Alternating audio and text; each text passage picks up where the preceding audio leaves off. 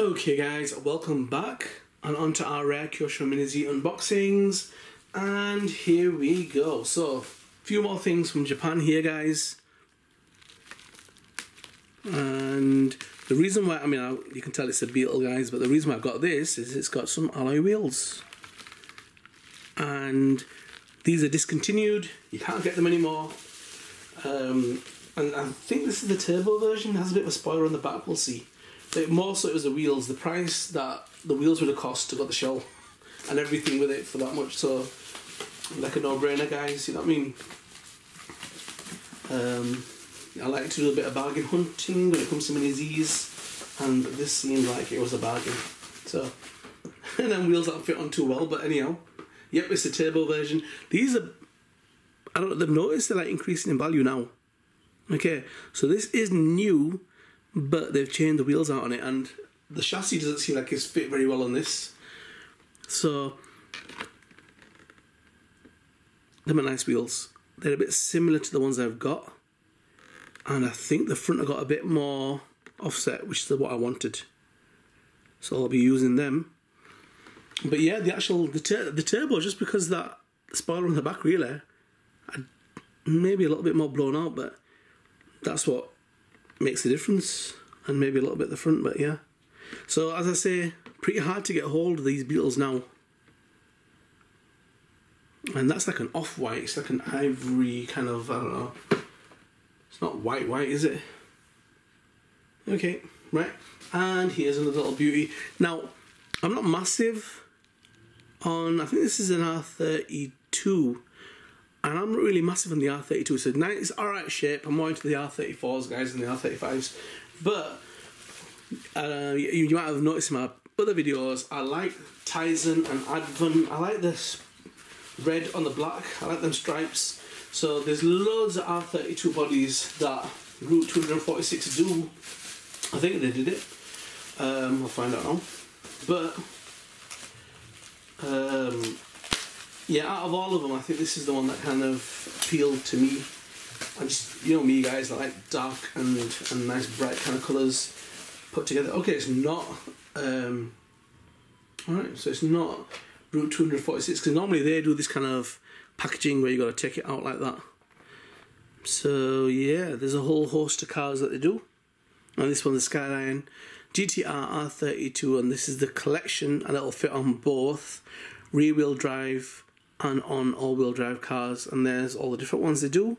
And this one is the Tyson version. So not amazing, but not bad either. That Supra you can see over there guys, a bit similar to the Supra, but the Supra's killer. That's the next level. Alright, so it is Advan, right? Okay, because I thought, yeah, right.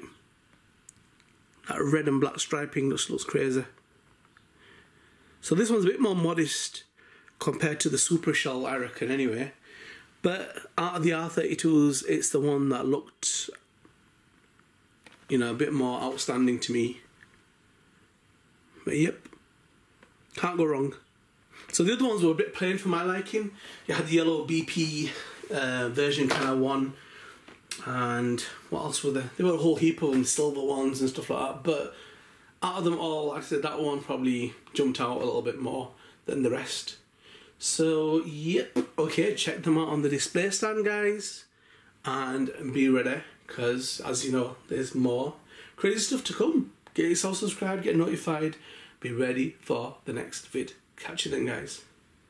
Okay guys, so here we've got the new Volkswagen Beetle Turbo, and this little bad boy is powered by the VW's tried and tested 2-litre TSI engine, and it's familiar from the Sirocco GTs and Golf GTIs, and it's producing 197 brake horsepower, and through the updated version it will climb to 207 brake horsepower.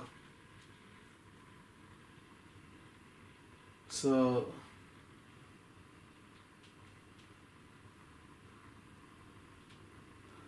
some of the specs in this car guys is that it's these Beetles are 160 PS or more, but the VW's electronic differential lock, known as XDS as standard, helps increase traction and better transfer of power and torque for the front wheels.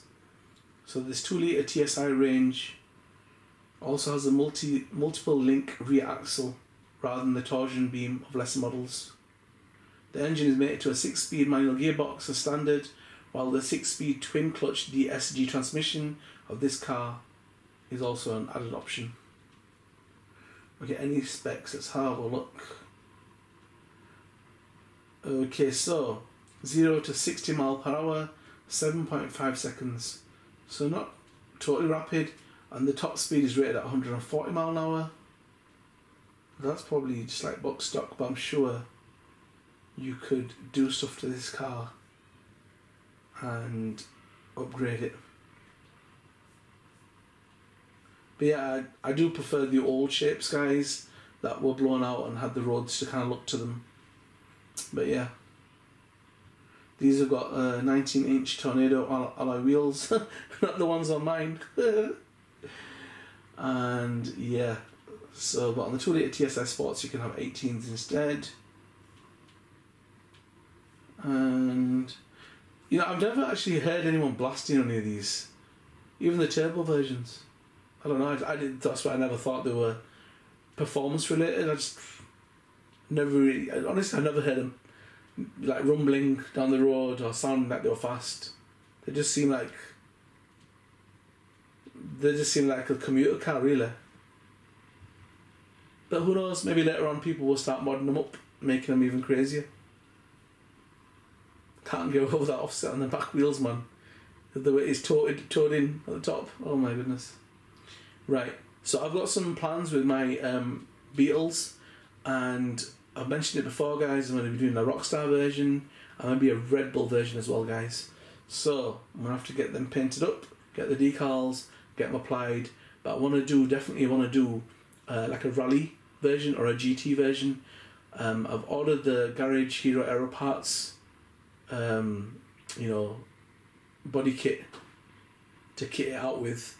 And the spoiler was just as expensive as all the other parts of the kit. There's not much in the kit really, but it does look much more different when you've got the kit added to a car. Okay, that's enough of that, guys. Let's move on. But yeah, so stay tuned for that project. You will see something coming up when I get some time. I've got a fair few projects to go, guys, and I want to get this unboxing out of the way first. And yeah, it's a long day. Right, cool. Let's move on, guys. Check out the next little bad boy on the stand and get yourself subscribed and get yourself notified, guys. And then wheels will be making their way onto another Mini Z and looking crisp on that Mini Z car, guys. Okay, let's move on. Okay, guys, here we've got the Tyson Klepper Skyline GTR number 2. This is the 1991 version JTC, and this is the R32. So Tyson, if that's how you pronounce it, Klepper, Team Tyson number 2, their livery on this, and this was first produced in March 2009, and this version was released in 2011. That's got the fine hand polish. The wheelbase on this for this shell is 94mm, and this is L, and the chassis type is RM, remote mount. The offset on the wheels, guys, if it's it can be used as all-wheel drive, but on the MR03 it's front 1.5mm narrow and rear -1 wide. Okay.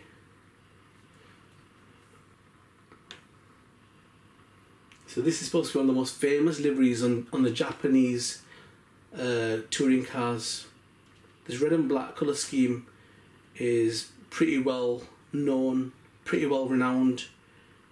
I always thought, because Advan's my favourite in it, guys, and I thought the Tyson brand was the red and black, but I believe it's the Advan, which basically means advanced.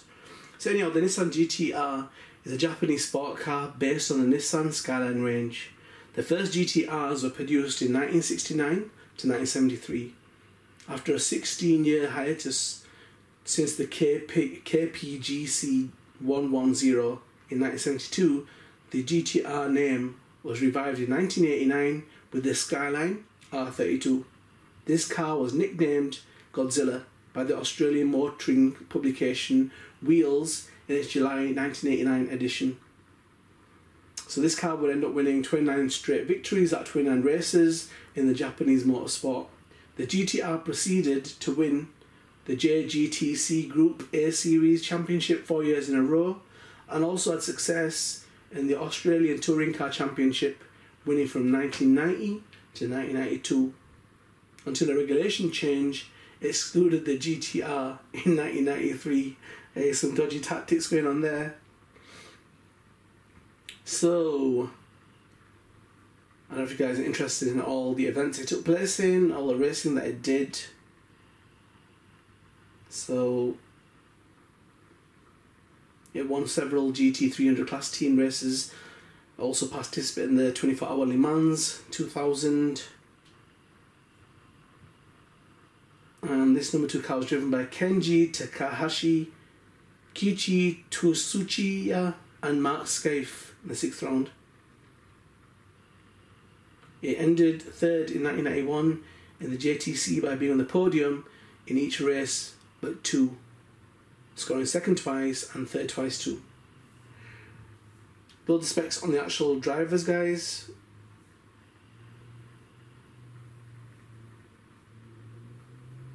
So,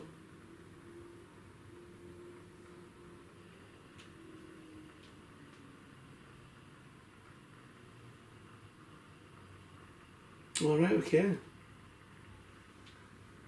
So on the car, Keiichi Tsuchiya is a professional race car driver. He's known as the Drift King, and he's got a non-traditional use of drifting in non-drifting racing events, and his role in popularising drifting as a motorsport. He's also known for Tug, which is a mountain pass driving.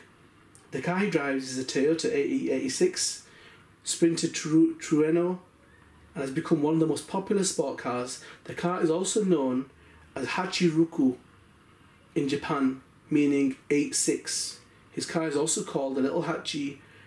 That could a video known as Plopsy documents Tsuchiya's Tug driving with the 886. He's also a consultant for one of the popular comic books, Initial D. Takumi is a character which describes him. Alright, okay. The newer versions of that character was pretty cool, guys. So, alright, so he helped inspire that kind of stuff. Cool, okay, let's move on. That was quite a mouthful and a bit of information for you there, guys. Love the colour scheme. R32s aren't really my favourite, but in that colour scheme, that's definitely one of the nicest looking ones I've come across. And again, guys, I'm at it again. I just want to see which background brings out the colours better. I do feel sometimes black just seems to bring the vibrant look of the colour schemes. It seems to enhance the gloss effect on the body shells and really brings out a bit of sparkle on the paintwork if it does have it. So it may just be me, but I just, I thought I'd just show you guys both so you can get a bit of an idea of what these shells look like, with the white background, with the black background, and get the best of both worlds, really. I'm getting kind of drawn towards the black background, guys, but I'm gonna probably keep. I know it's more work for me, but I'm gonna try and keep both a white and a black in the vids. You may be able to see more detail or intricate parts of the shell or the paintwork or the decals more in black than you might see in white, or it might be vice versa, guys. So let's just check it out, see what you guys think. But me personally, I'm kind of drawn towards black. I don't get me wrong, I prefer the white background, but black, I think, brings up the car. That's the difference. And if I'm losing my mind, let me know. Maybe just me. You got Specsavers. If you're not from England, that's opticians that we have in the UK, the big branch. Okay, right, I think we're enough of that. Enough of me. And check out more of the vids to come. Check out the next car on the display stand. And get yourself subscribed and notified. Don't miss out.